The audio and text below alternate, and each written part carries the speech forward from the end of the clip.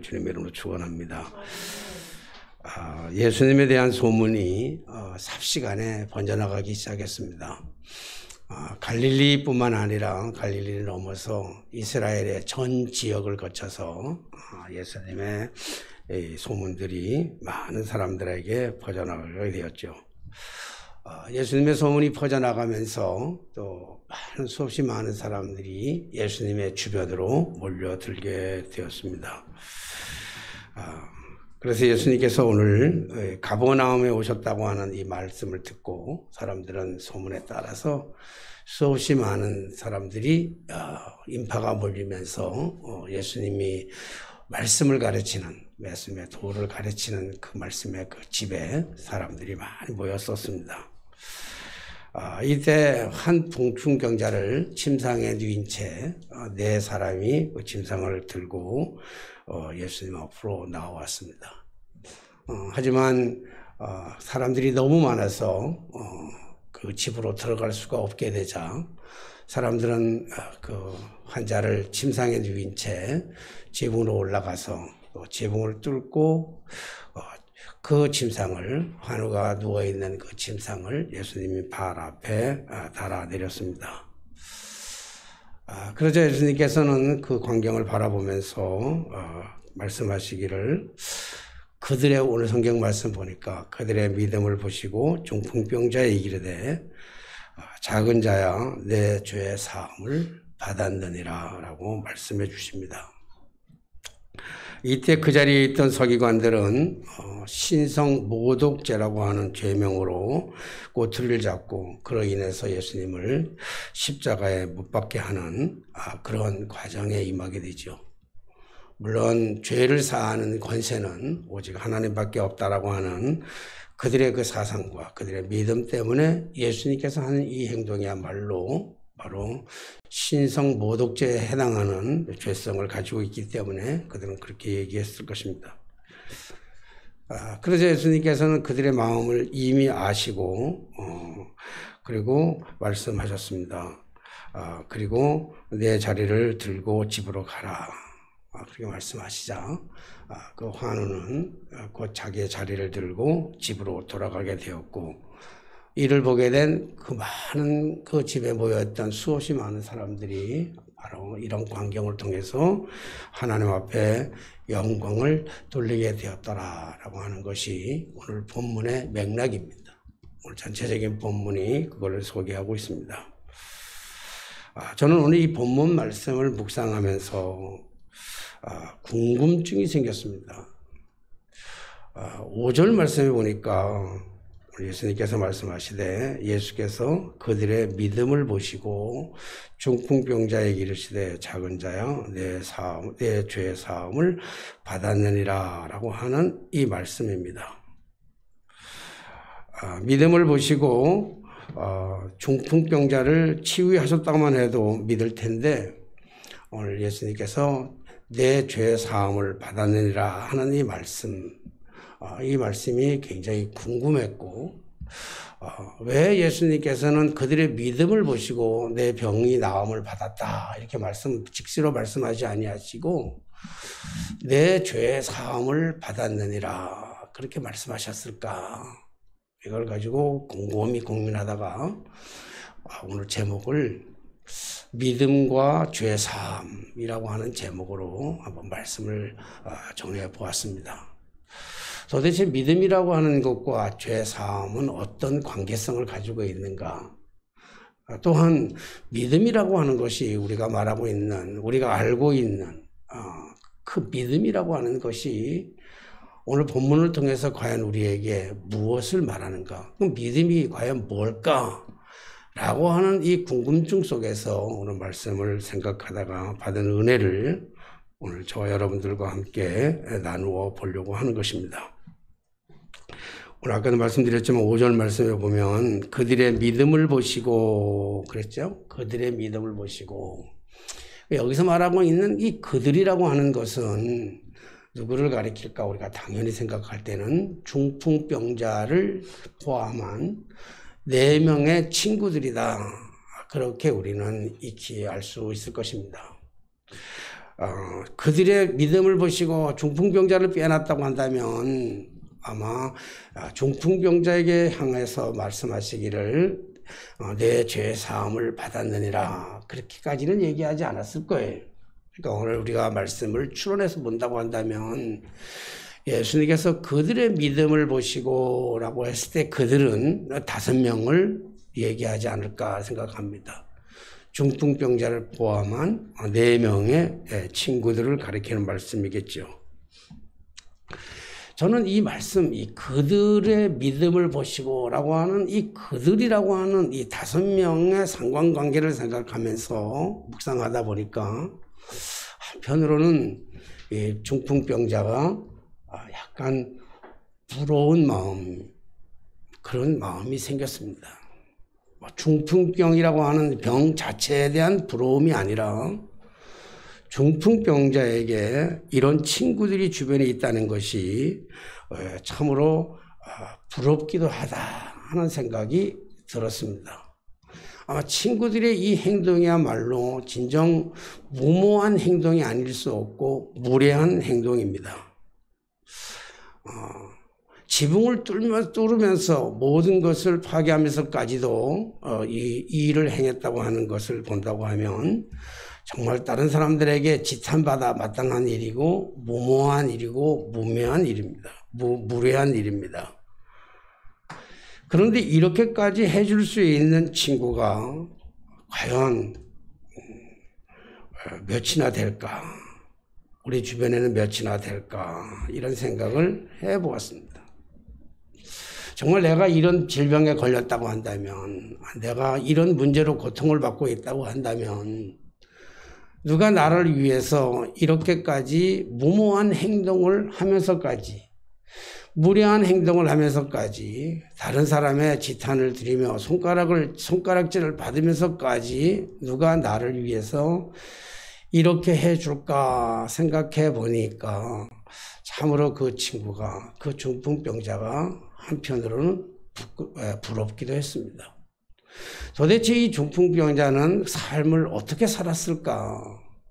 어떻게 살아왔길래 그 주변에는 아직도 여전히 이런 좋은 친구들이 있을까라고 하는 생각을 해보면서 다시금 나로 돌아다봤어요. 그렇다고 하면 과연 이런 사람이 내 주변에서 나타났을 때 나는 과연 이런 네 사람의 친구처럼 그 일을 친히 감당하고 그 일을 내가 해낼 수 있을까라고 생각해 보니까 한편으로는 부끄럽기도 했습니다. 또한 자신이 없는 것 같아요. 나는 그렇게까지는 못할 것 같아요. 나에게는 어쩌면 그렇게까지 해줄 수 있는 친구가 없을 것 같은 내 마음이 너무 부끄럽고 너무나 초라할 수밖에 없었습니다. 그런데 오늘 예수님께서는 이렇게 무모하게 무례하게 행동을 하고 있는 이 사람들을 바라보면서 예수님께서 하신 말씀이 뭐냐면 그들의 믿음을 보시고 그랬잖아요. 그렇다고 하면 오늘 예수님께서 말씀하시고 하는 이 믿음이라는 것이 도대체 뭘까? 아마 예수님께서는 그들의 이 무모한 이 행동 자체만을 바라보면서 예수님께서는 그 자체, 그 행동 그 자체를 가지고서 예수님이 믿음이 있다 그렇게 말씀하지는 않았을 것입니다.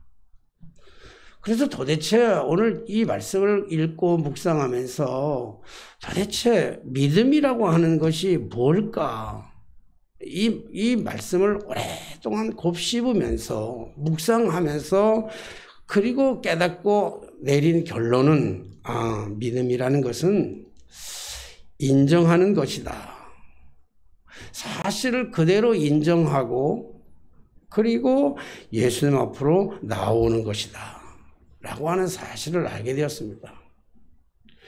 우리는 많은 사람들이 믿음이 있노라 이렇게 얘기하는데 믿음이 있다고 얘기할 때 그 믿음을 이해하고 아는 것으로만 끝입니다. 우리는 믿음이 있다. 이런 게 믿음이다. 알아요. 다시 말해 쉽게 얘기한다고 한다면 예수님이 어떤 분인지에 대해서 우리는 친히 다 알고 이해하고 있다라고 생각하고 있습니다. 그러나 예수님을 알고 인정하고는 있지만 정작 우리가 그분에 대해서 그분의 능력, 그분의 권세, 그분이 하시는 모든 역사를 정말로 우리가 인정하고 그리고 그 인정한다면 정말 주님 앞에 나올 수 있느냐라고 하는 이 사실에 대한 번민이 우리 안에 있을 수밖에 없는 것이죠.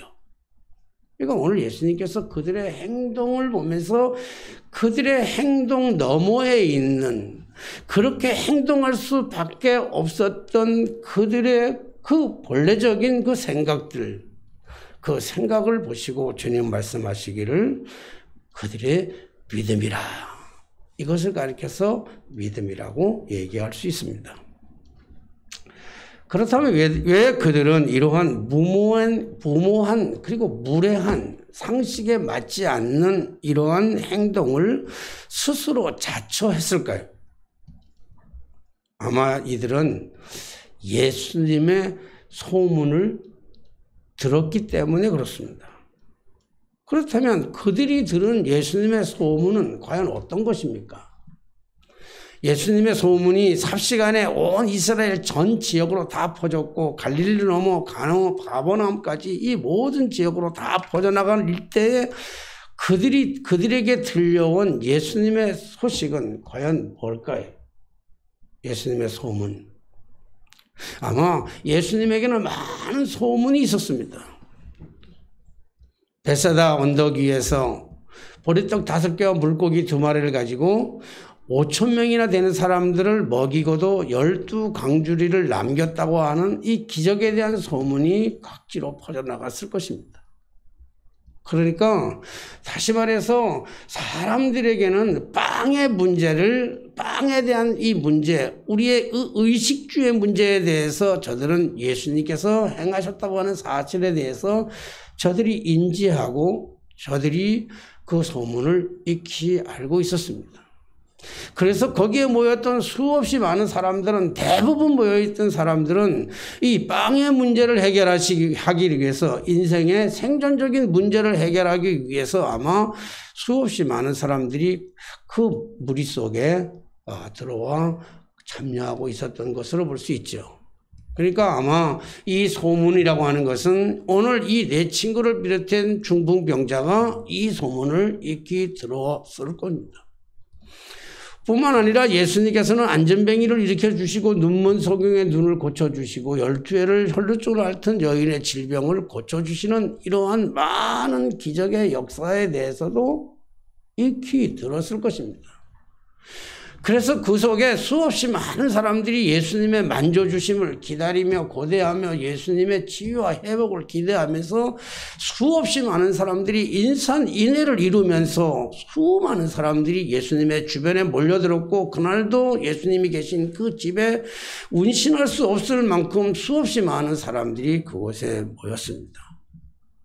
그렇다고 한다면 이 중풍병자도 그리고 그 친구들도 예수님께서 모든 질병을 고쳐주실 거라고 하는 사실에 대해서 그들은 들었고 그 소문을 들었을 것입니다.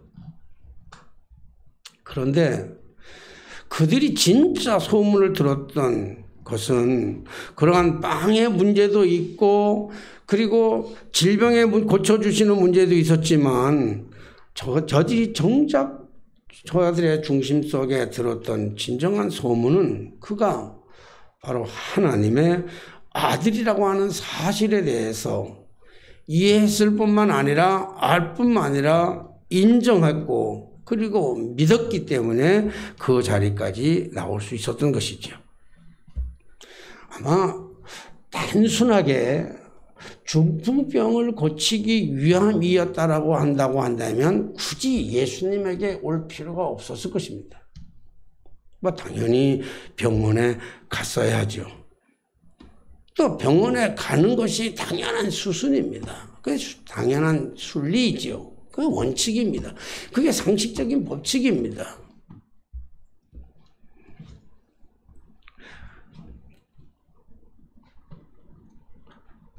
그리고 만약에 병원에 갔다고 해서 사람들이 많으면 그러면 당연히 기다려야 될 것이고, 그리고 예약 날짜를 잡아서 그 다음에 다시 가야 하는 것이 당연히 옳은 행동일 것입니다. 이게 윤리적으로도 당연히 맞는 것이죠. 그것이 상식이며 도리이기도 하는 것이죠.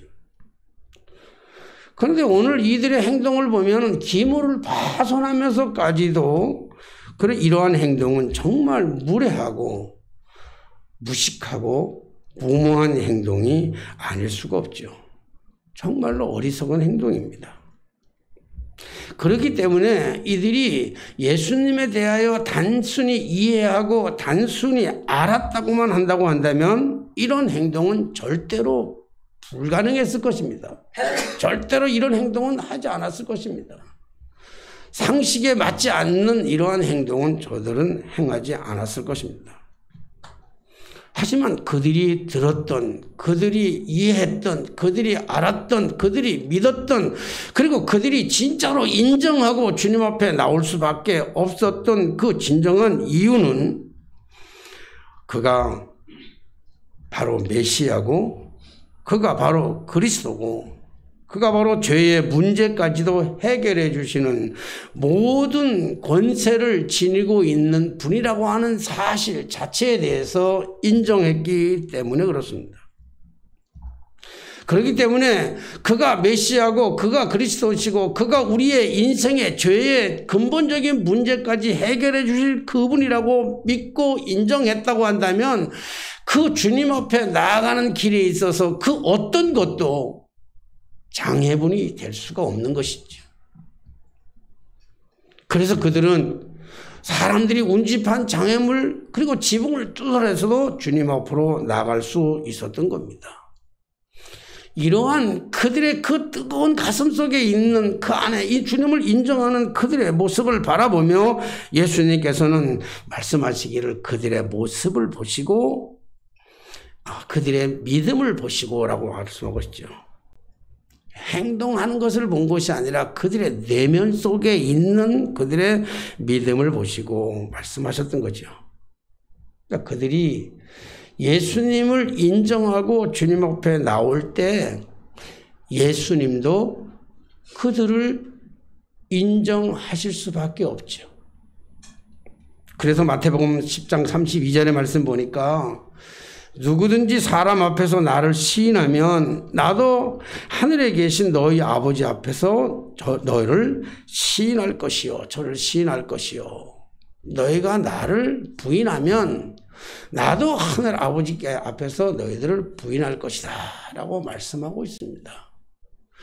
우리의 신앙의 척도, 믿음의 척도가 얼만큼 주님을 인정하고 주님 앞에 나아가느냐에 따라서 주님께서는 우리의 인생의 문제를 해결해 주실 줄로 믿습니다. 그러므로 믿음이란 인정하는 것입니다. 주님의 권세, 주님의 능력, 주님의 메시아 되심, 주님의 그리스도 되심을 인정하고 주님 앞으로 나아가는 것.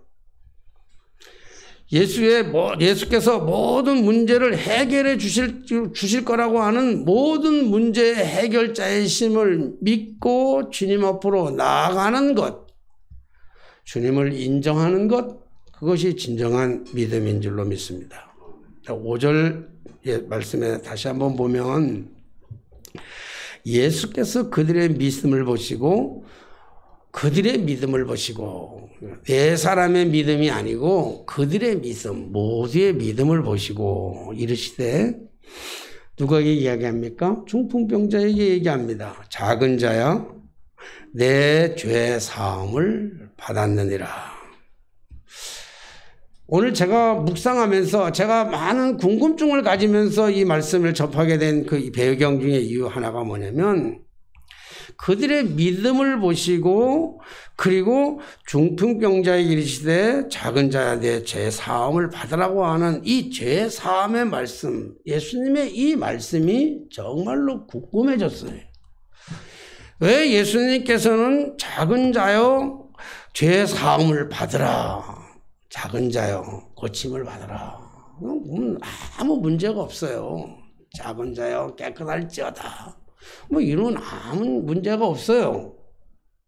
근데 이 말씀이, 죄 사함의 이 말씀이 얼마나 이 위험한 발언인지, 얼마나 무서운 발언인지, 이게 당시에는 얼마나 잘못된 발언인지를 예수님도 이미 알고 있었다라고 여기 말씀하고 있잖아요. 우선 여기서 작은 자여라고 할 때 이 작은이라고 하는 것은 뭐 big, small처럼 크고 작은 이 크기나 부피나 크기에 대한 이게 small 이런 영어가 의미가 아니고 우리 헬라어로 말하면 테크론이라고 하는 단어를 써요.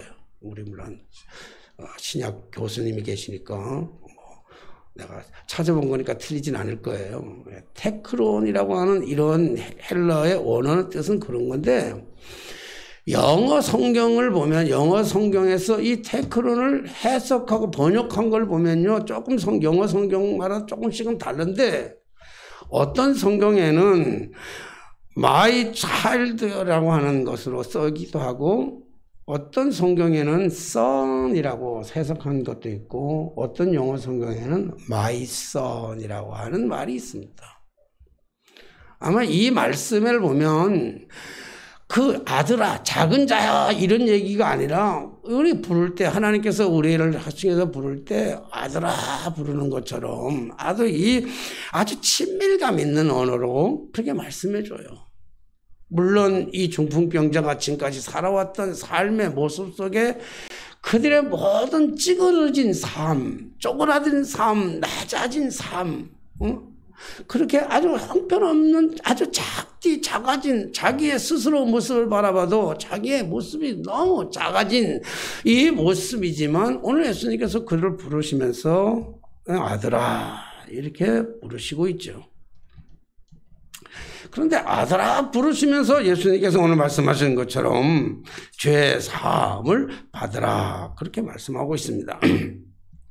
이것이 얼마나 위험하고 무모한 발언이며 행동인지를 그 당시 그곳에 있던 서기관들의 반응을 보면 우리가 너무 잘 알 수가 있습니다.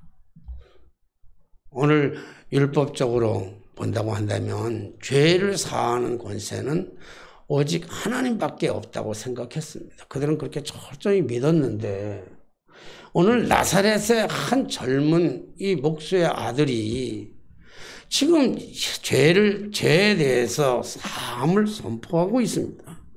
이것이 얼마나 무례하고 이것이 얼마나 무모하고 어리석은 행동인지를 오늘 이 서기관들이 알고, 저들이 이것이 올무가 되고 이것이 꼬투리가 되어서 결국 예수님을 십자가에 못 박는 이 한 계기가, 한 동기가 되기도 하는 것입니다. 그러므로 그냥 작은 자여, 환자여, 내 병에서 자유할지어다, 내 병에서 고침을 받을지어다, 혹은 오늘 말씀하셨던 것처럼 내 자리를 들고 내 침상을 들고 가라, 그렇게 해도 전혀 이상이 없고 전혀 문제가 없을 것입니다.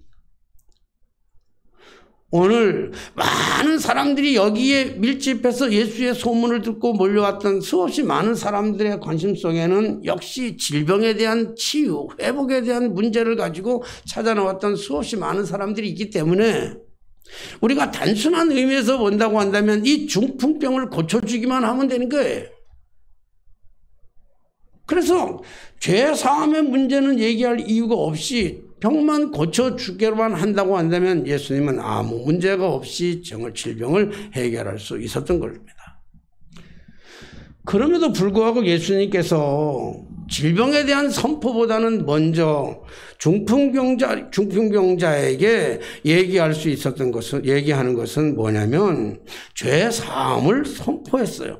여기에서 믿음을 다시 한번 저는 회자할 수밖에 없었습니다.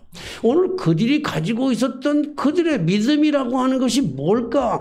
주님을 인정했다고 하는 것인데, 그들이 주님을 인정했던 그 믿음을 다시 한번 끄집어내면서 도대체 그들이 가지고 있던 믿음은 뭘까라고 하는 생각을 해보았어요. 여러분 사실 우리가 중풍병으로 누워있다라고 하는 것은 수족을 쓰지 못하고 누워있고 정신은 멀쩡한데 수족을 쓰지 못하고 누워있다라고 하는 것이 얼마나 불편하고 얼마나 힘들고 고통스럽고 괴로운 일이겠습니까? 뭐 자신만 힘든 것이 아니라 자신의 주변에 있는 모든 사람, 가족들을 다 힘들게 하는 그런 질병이면 틀림이 없을 것입니다. 그럼에도 불구하고 이 중풍병자가 지금 중풍병자를 진짜로 괴롭히고 있었던 것은 뭐냐면 그가 가지고 있는 부자연스러운 육체적인 그 고통의 질병뿐만이 아니라 그 고통 속에서 느끼는 그의 잠재 속에 있는 잠재적 의식 속에 있는 그 죄의식의 문제가 그를 더 심하게 괴롭혔다라고 하는 사실에 대해서 오늘 말씀을 추론해 보면서 오늘 말씀을 묵상해 보면서 왜 예수님께서 그의 질병의 문제를 고치기 이전에 왜 죄에 대해서 먼저 얘기했는지에 대해서 우리가 익히 이해할 수 있을 것입니다. 그는 죄로 인해서 고민하고 있어요. 물론 그가 죄를 지었으면 무슨 죄를 지었을까? 우리가 윤리적으로 도덕적으로 그의 행동적인 결과를 가지고 죄를 얘기한다고 한다면 그가 그렇게 큰 죄를 저지른 것은 없으리라고 생각됩니다. 하지만 당시에 본다고 한다면 당시에는 이런 문둥병이나 중풍병 같은 이런 고질적인 질병에 대해서는 사람들이 율법으로는 그것을 하나님의 그 죄로 인해 받는 하나님의 형벌이라고 생각했기 때문에 그렇습니다. 아마 이 중풍병자의 마음속에서도요, 여전히 마음속에 육체적인 이 괴로움의 고통보다 더 짓누르고 있었던 것은 이 고통이 나로 말미암아 지어지는 이 괴로운 하루의 이 고통이 혹 하나님 앞에 죄를 짐으로 말미암아 오는 이러한 내가 받는 당연한 고통의 순순이 아닌가라고 하는 생각으로 괴롭힘을 당하고 있었던 것이 분명합니다.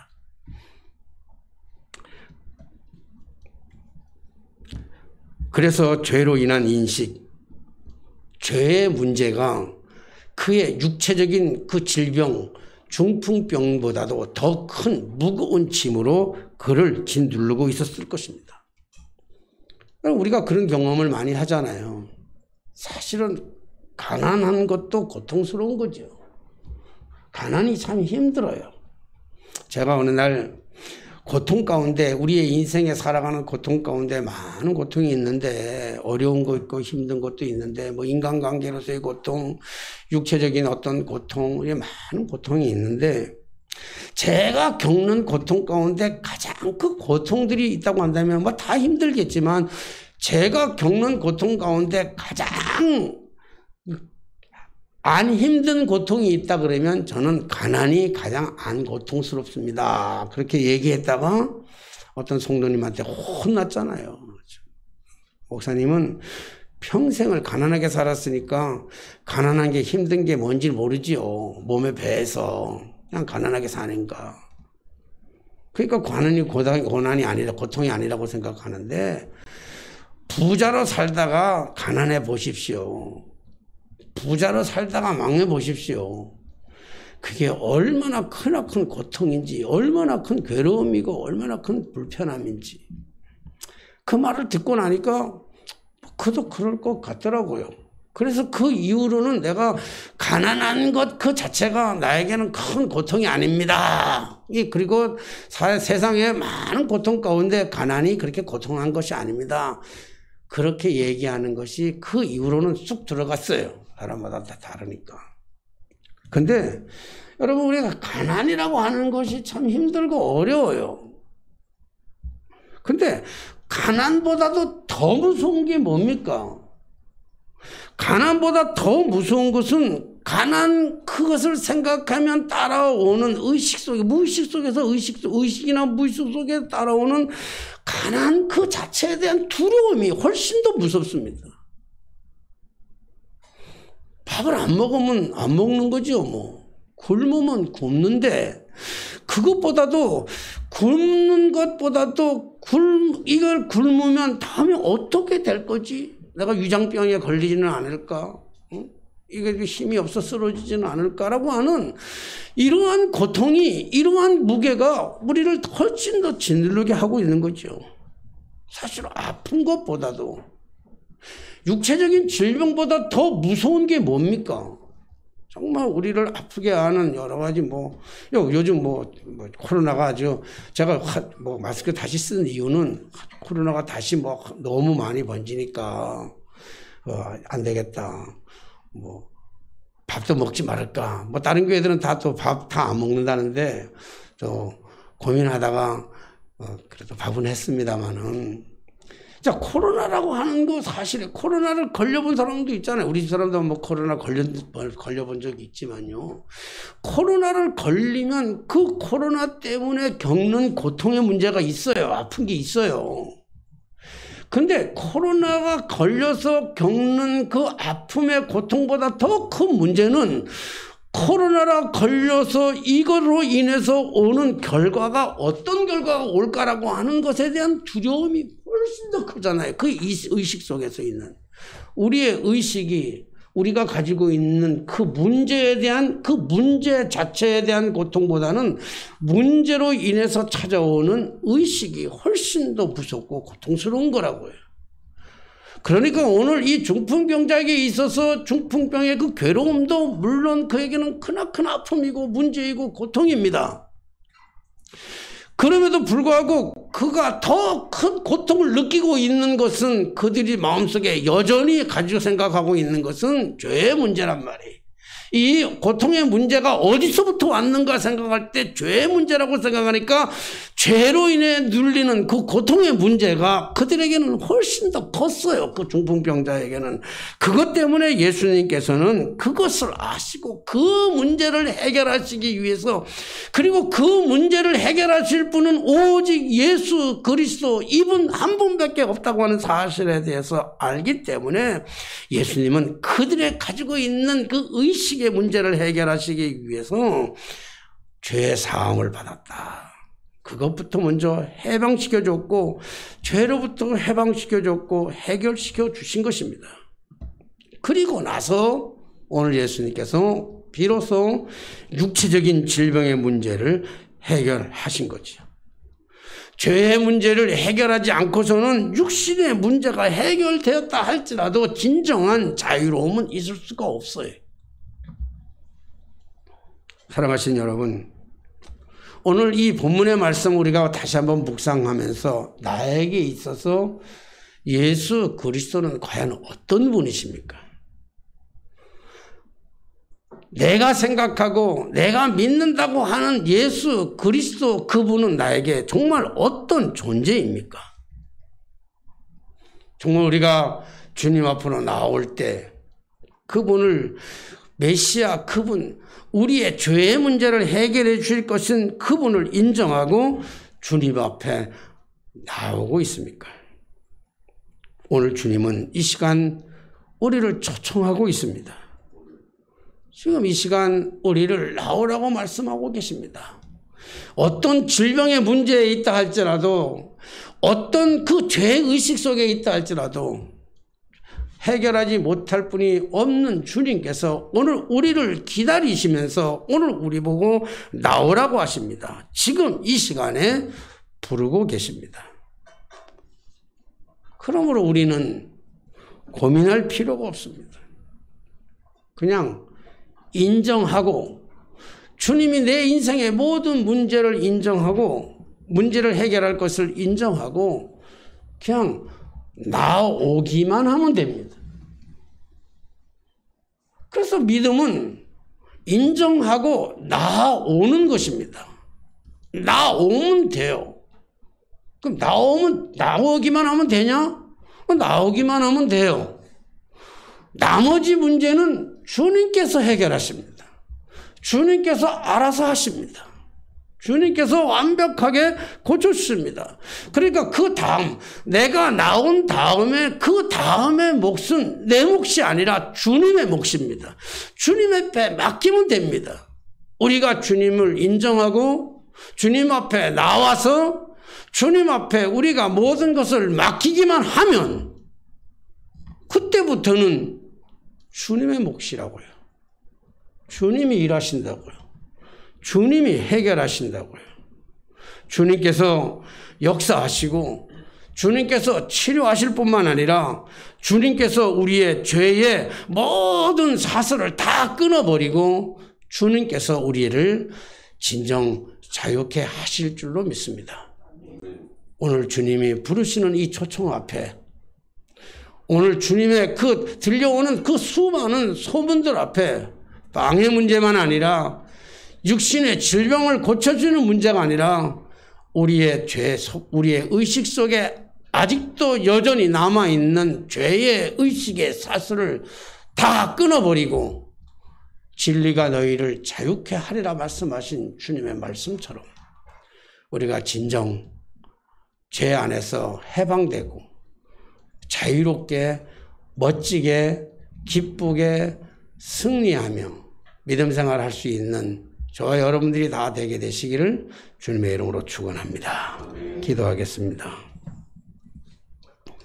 오늘도 우리를 여전히 부르시며 여전히 기다리고 계시는 전능하신 주님, 오늘 예수님을 인정하고 예수님 앞에 나옴으로 말미암아 모든 인생의 문제를, 질병의 문제, 영적인 문제, 죄의 문제까지도 완벽하게 해결해 주신 우리 주님을 바라보며 오늘도 이 험한 세상 우리가 주님 앞에 모든 것을 맡기고 나올 때 진정한 자유로움 속에서 신앙생활할 수 있는 저희 모두가 되게 하여 주옵소서.